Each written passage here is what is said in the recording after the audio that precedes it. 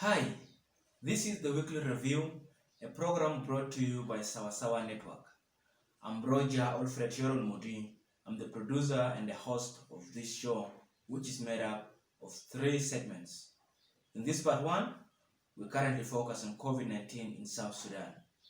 Please stay tuned as I play for you an interview I did on Sunday, July the 5th, with 2 doctors and a civil society activist on a recently released public perception survey report on COVID-19 in South Sudan and related issues. This is the Weekly Review. I am Alfred Yoron. Joining me for today's discussion, we have Dr. Ruot, Teny, consultant physician at the current hospital, Nairobi.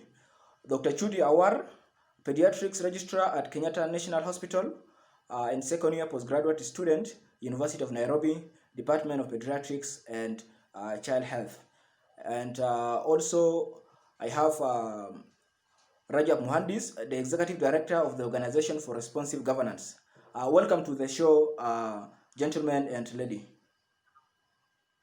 Thank you. Thank you. I'm going to start with Rajab Muhandis to tell us briefly about the public perception survey report on COVID-19, which has been recently released, and he is one of the authors. Thank you. I serve with the Organization for Responsive Governance, and we, as a civil society organization based here in South Sudan, decided to conduct a public perception survey to understand the level of understanding of the citizens about COVID-19, and also to understand the effectiveness of the national response to this pandemic. And this report was, the survey was conducted in May. So this report was ideally for May, even when it was released last month. Now, in summary, overwhelming 86% of respondents believe that there is COVID-19 in South Sudan. So there is high level of understanding that the disease is here. About 67% of respondents identified FM radio stations as their first source of information about the pandemic here in South Sudan. The survey confirmed misconceptions about COVID-19 among members of the public around the country. Some believe the disease affects white but not black people. It is active only in cold places but not hot places like South Sudan, and that it is only for old people. The survey also found that about 97% of respondents believe COVID-19 is dangerous. And they mentioned 4 key reasons for this belief. One is that it kills quickly outside of it around the world, and including South Sudan. About 91% of the respondents believe COVID-19 caused changes in the lifestyle of the people in the areas where they live. Some of the changes they mentioned included stalled businesses, increased hunger, robbery, sexual and gender-based violence, fear of infection, and also disrupted marriages, restricted movements of people, and led to closure of schools and places of worship. Now, the survey also confirmed that COVID-19 has specific implications on the lives of women. According to the respondents, this includes loss of loved ones, high risk of sexual and gender-based violence, reduction in income levels, and this undermines the ability of women to take care of their families adequately. As a summary, finally, an overwhelming 94% of respondents said they knew about the public health guidelines on prevention of COVID-19. And this indicates that public awareness about this disease here in South Sudan has largely been effective. because citizens have really citizens appear to have understood about the public health guidelines, but also the fact that this disease is here in the country. However, they say they have difficulties adhering to some of the guidelines, particularly maintaining social distance, avoiding handshaking, and staying at home when they have flu symptoms. Yeah. And also they said, they mentioned, and they also said they have, sorry? The difficulty that they mentioned that they have adhering to the measures. Have they mentioned the reasons that make them unable to adhere? Yes, of course. They said one of them, you have to go out in order to hustle and get food for your family. So even if you have challenges, even if you're not feeling well, you are the breadwinner and you have every reason to go out. So staying at home is difficult. With handshaking, the challenge is that it is a common culture that you shake hands. That if you find, for example, your mother-in-law greets you, and particularly this is for women, when your mother-in-law greets you or your father-in-law greets you and you refuse to shake hands with them, it's very much against the common cultures, and that in itself will show that you are not respectful to your relatives and perhaps and possibly and actually you are particularly your in-laws. And with the case of wearing face masks, they said some of them are not able to afford these face masks. And this survey was conducted in all 10 states and in some of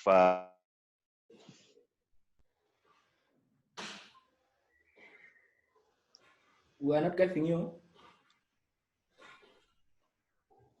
Hello, Rajab, are you there? We are not getting the remote places. For example, locations like Pochala, locations like Mvolo, and this perception survey was include places like Pochala, places like Mvolo. And so in that case, people said that even if you want to use the face masks, they are just not there. And secondly, to cover for a long time, so they find difficulties breathing when they have the face masks put on. So these were some of the reasons that they were able to mention.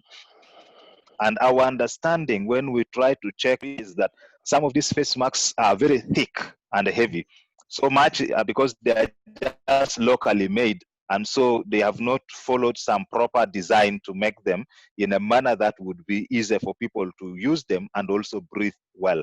And so these were some of the challenges. And the report made some recommendations. Before I give you before I give you the opportunity to give us the recommendations or your conclusions, let us go to Dr. Ruot and Mabil. You share with us your response briefly, also on other experiences from where you are. You are in Kenya, and you can share with us other best experiences in responding to these challenges of COVID-19.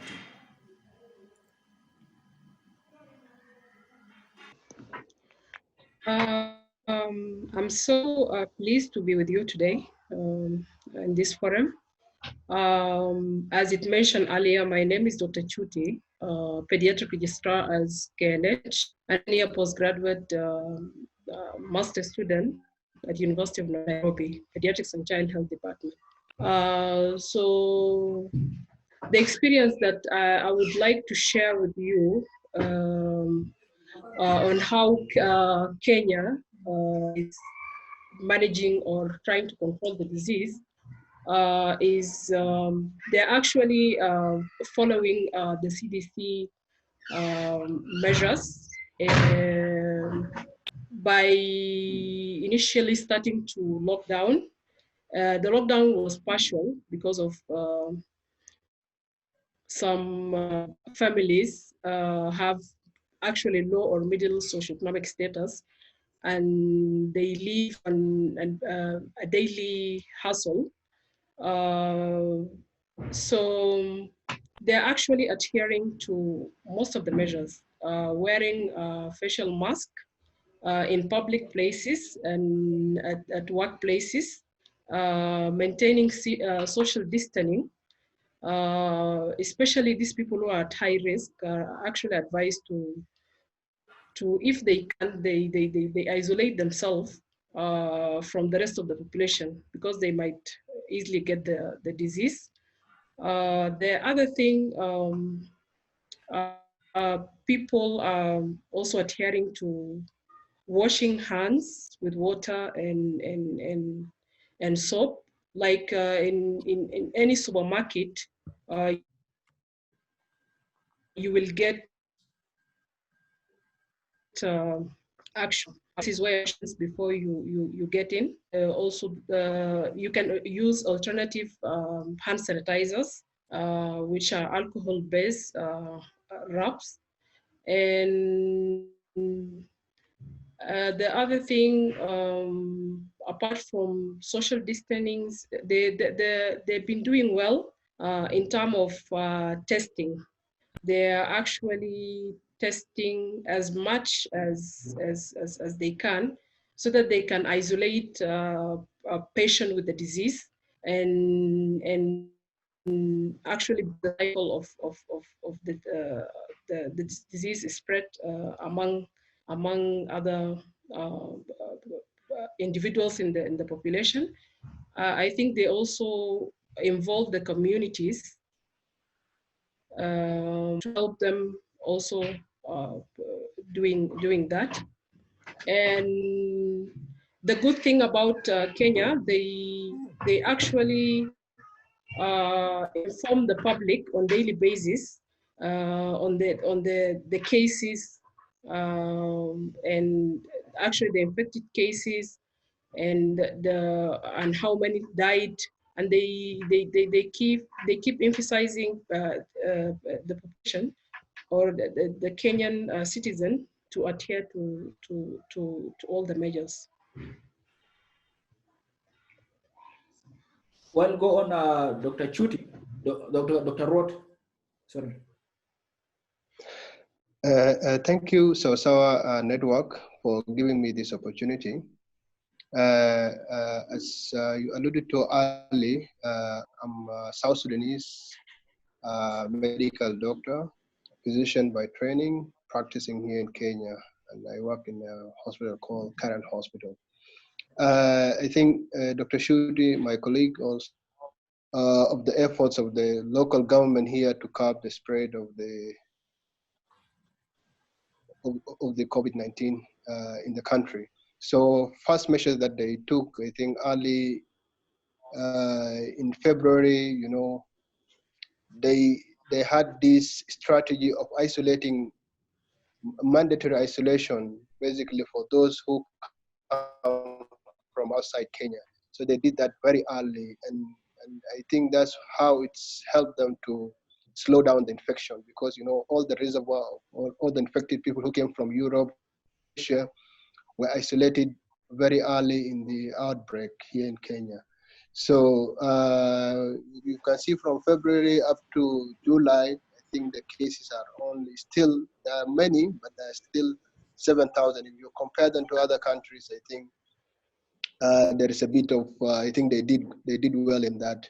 Then the other issues is that, you know, also here they are emphasizing a lot on the preventive measures, especially wearing of face mask in public places, because you can't go out without wearing a face mask. It is an offense and you can be jailed for it, or you have to be fined up to $200 US. And then the other thing is that also the government paid, like, you know, put some investment, especially in terms of financing into the healthcare system. They managed to upgrade the healthcare system, especially at the counties level, which is equivalent to the state levels in our case. So they integrated actually the COVID-19 into the management within the hospital. So when you are going to the hospital, you have to be screened first, take your temperature, put a bit of questionnaire to make sure that you are low risk.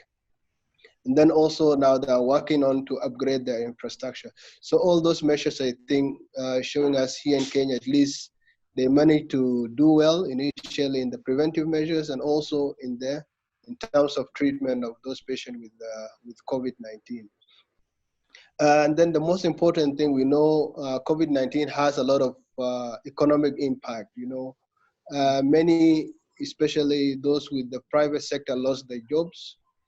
And also, even if you don't lose your job, many will, have some pay cuts. So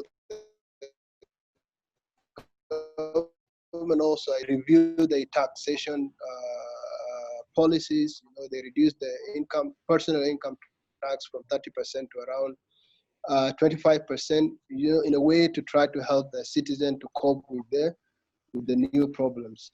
Then also they didn't impose a total lockdown because people here are living on a daily income, so they let businesses continue, but they stress much on the social distancing because you can't go, as my colleagues alluded to, you can't go to a supermarket without a face mask. You can't go to a restaurant also without a face mask. Sanitize your hands, and then they make sure that even within the settings, you are keeping safe distance from others. Yeah. Well, thank you for that, Dr. Ruot Teny. Let's get back to Rajab Muhandis to give us the recommendations made in the Public Perception Survey report on COVID-19 in South Sudan, which is also part of the authors. Okay, thank you. And it's nice hearing from Dr. Chutti and Dr. Ruot Teny in Kenya. We share some commonalities in these responses. And I will go to the recommendations of the report. First, the report recommends that the National Task Force on COVID-19 should strengthen enforcement of the public health guidelines on prevention of this disease to ensure citizens strictly adhere to these guidelines. And this is basically because citizens seem to be aware of these guidelines, but they don't follow them strictly. So when you go to markets, when you go to public places, and so these guidelines have already been issued, so it is important that they are enforced. In places like shops, you'll find there are water containers with soap outside, but people just walk into these shops without washing their hands. So it is important that these guidelines are now enforced since citizens are aware about them, or most of the citizens are. The second is that the National Task Force on COVID-19 Committee should emulate the strategy of the high-level task force of regularly releasing reliable and consistent public information, guidelines, and explanation. The report further recommends continuous awareness about the pandemic, and especially focusing on the misperceptions, so that these are corrected to enable citizens adhere to this to the guidelines to prevent this pandemic. And that agencies supplying materials, particularly face masks, water, soap, and sanitizers for prevention of COVID-19, should make these materials available in public places like bus parks, markets, and health centers to ensure citizens use them.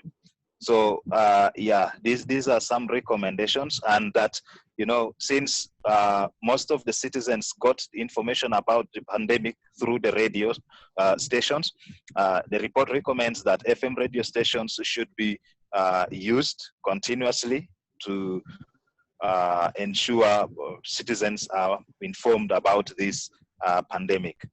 And again, the national and international organizations should continue to integrate and maintain COVID-19 awareness in their programming.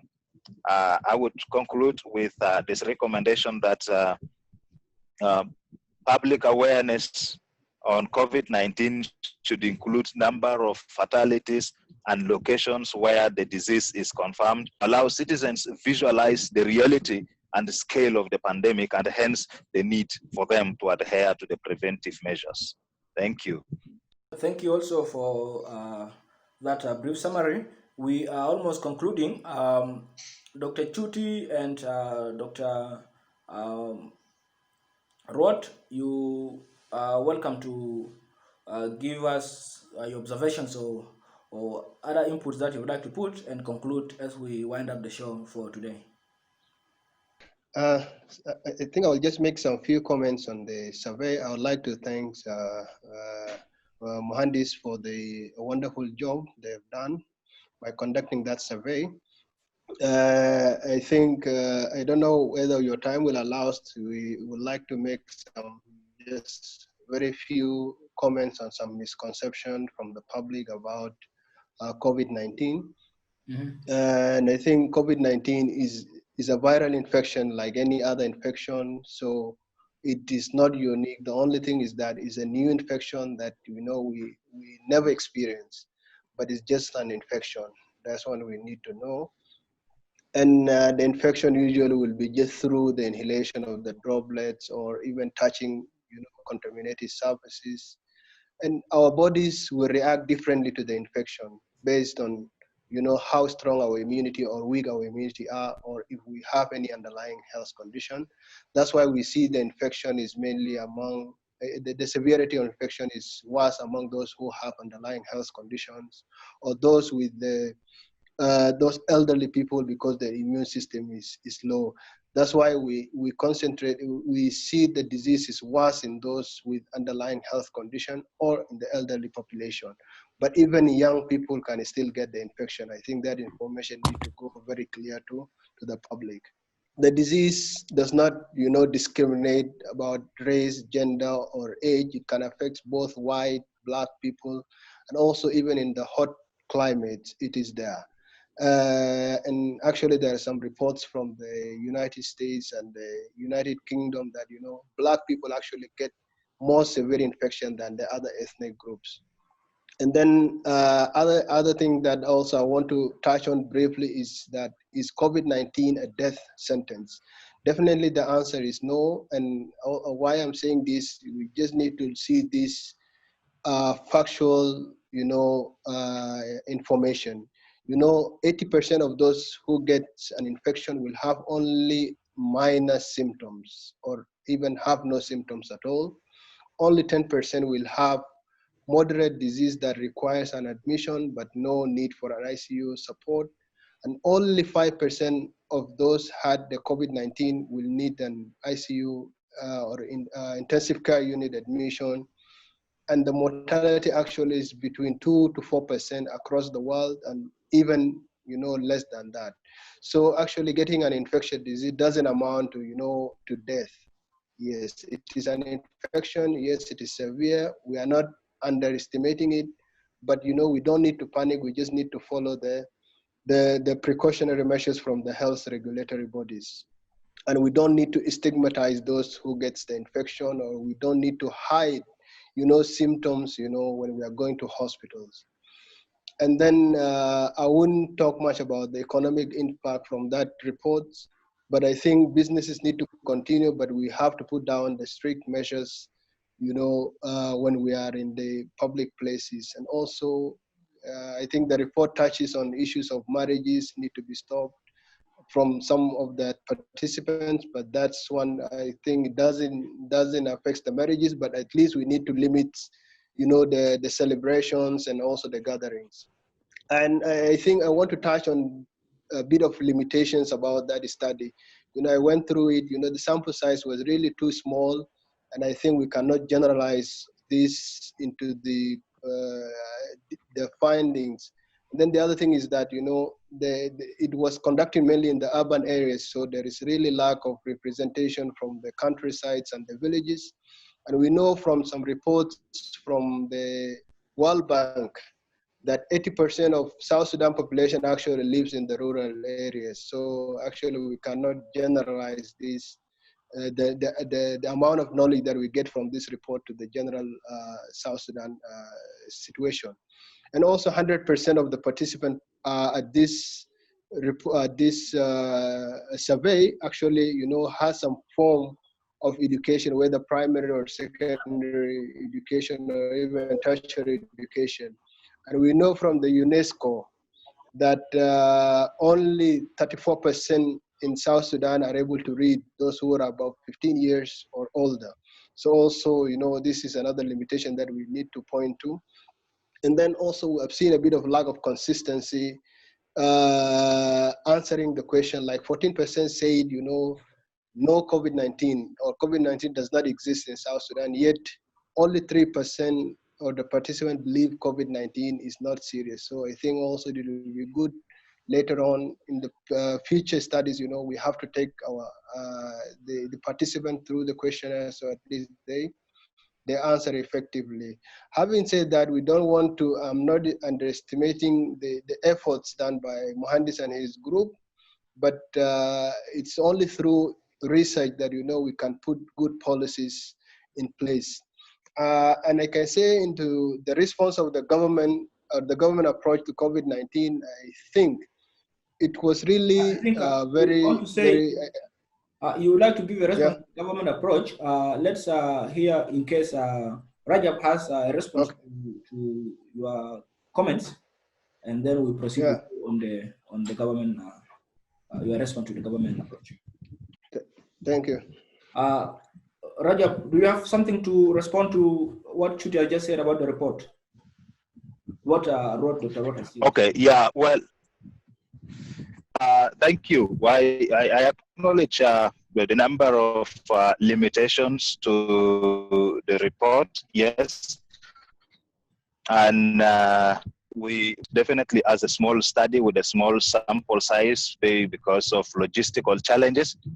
However, we were able to reach out to remote locations. As I mentioned earlier, we were able to reach out to locations like Pochala, Akobo, Volo, but then most of our colleagues were based in some of the state capitals, all 10 state capitals. So there were a few areas that we reached out at the peripheries, and that is something will improve as we move on. We acknowledge that, and we also see the challenges with getting for this particular case, we did not ask. We considered the education levels from primary to secondary, but we did not have a provision for those who had no education level. But then in the next research, the survey that we have done for June, we have a provision for those who have not gone to school, and that is taken care of, and we'll see in the next report.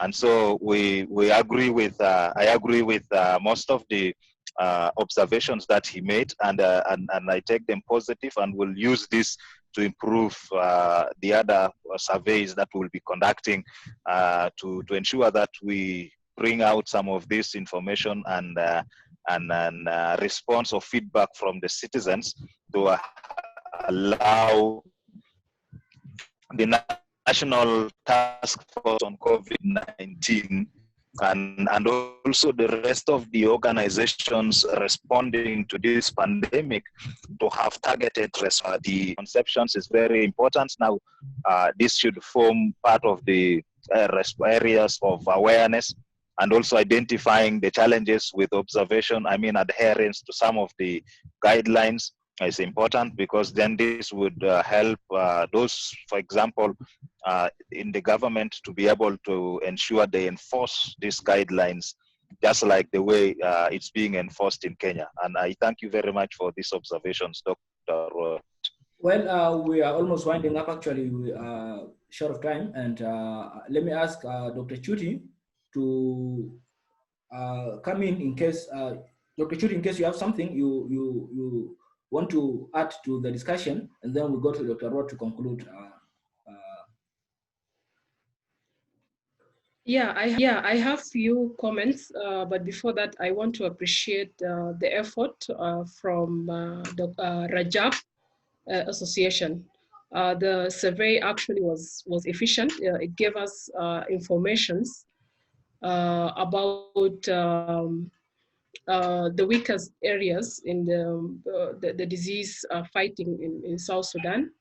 As he mentioned, people has issues with adherence to measures and misconception, as Dr. Ruot said, that the disease has no ethnicity or race or age group. It actually affects us all. We can use actually this data to make better policies and interventions to actually flatten the curve of the disease spread in South Sudan. From the side, there is a part about women experiencing sexual and gender-based violence, losing their businesses. And actually, I think the business should not stop. They should continue with the business as long as they're adhering to the measures, so they're able to provide to their families. But I have emphasis on children. They could have also covered the children because this pandemic has a socioeconomic impact on the children. Especially when these parents are losing their jobs, the family will suffer from food insecurity. These children might have malnutrition and especially wasting. The other thing, these children also might also experience some abuse because of the stress family is going through. So this should also be noted. And these children, I just want to encourage parents to continue taking children for immunization, because children from many studies, they're not likely to develop severe forms of disease. They actually carriers for the disease, but they can die from other diseases like measles, polio, and especially children under 5. So they actually need to maintain the immunization. Yes, hello. You can hear me?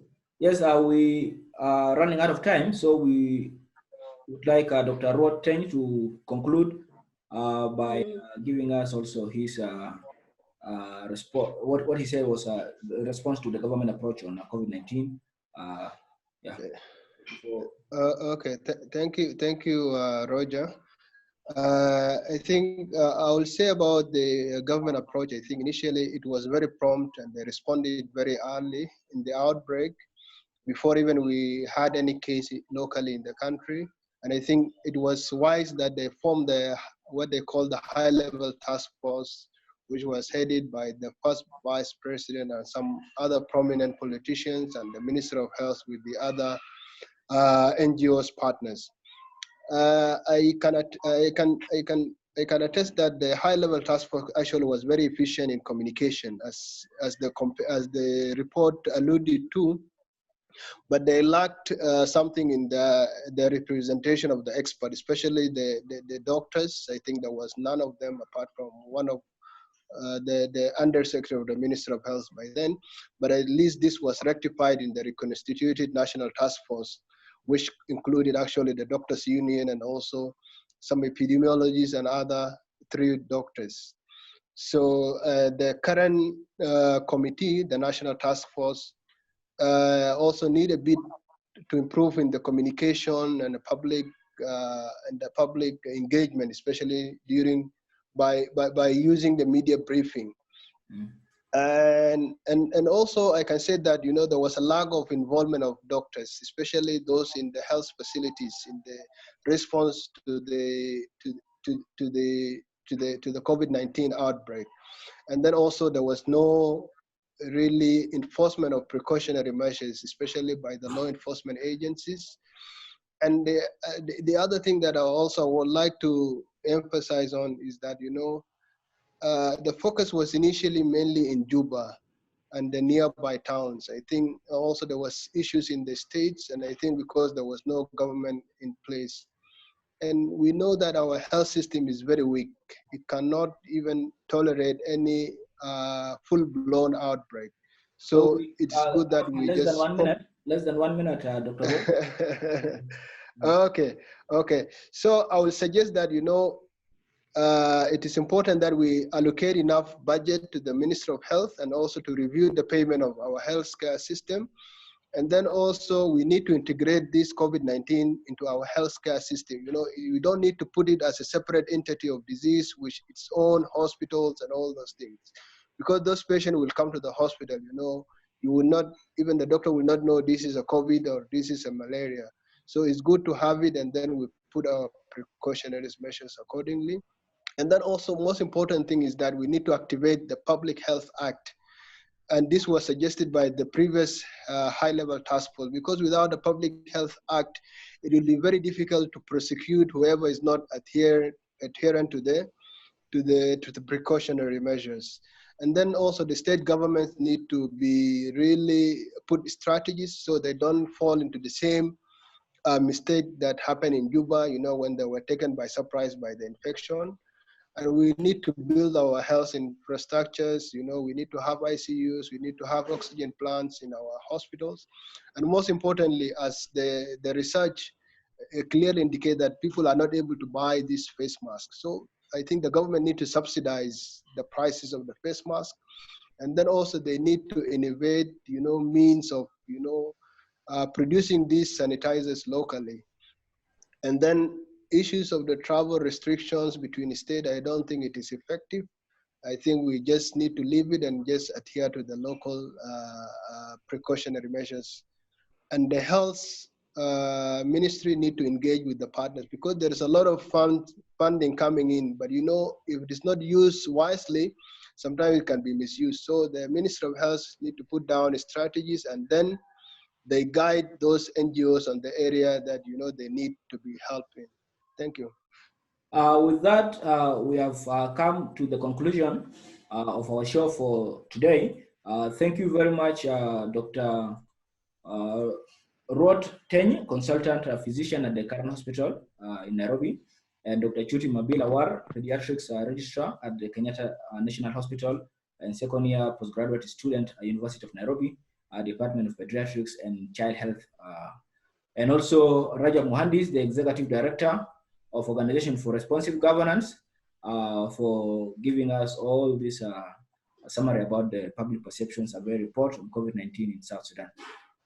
We will pick it up from there in the near future in case there is something that is of interest to the public as far as COVID-19 is concerned. Thank you. Thank you, Roger. Thank you, Roger. Dear viewer, that interview has brought us to the end of this segment of the weekly review. For more, please subscribe to our YouTube channel, Sawasawa Network. Follow us on our social media sites, Sawasawa Network on Facebook and at Sawasawa Network on Twitter. And visit our website, sawasawanetwork.org. I'm Alfred Yoron. Thank you for watching.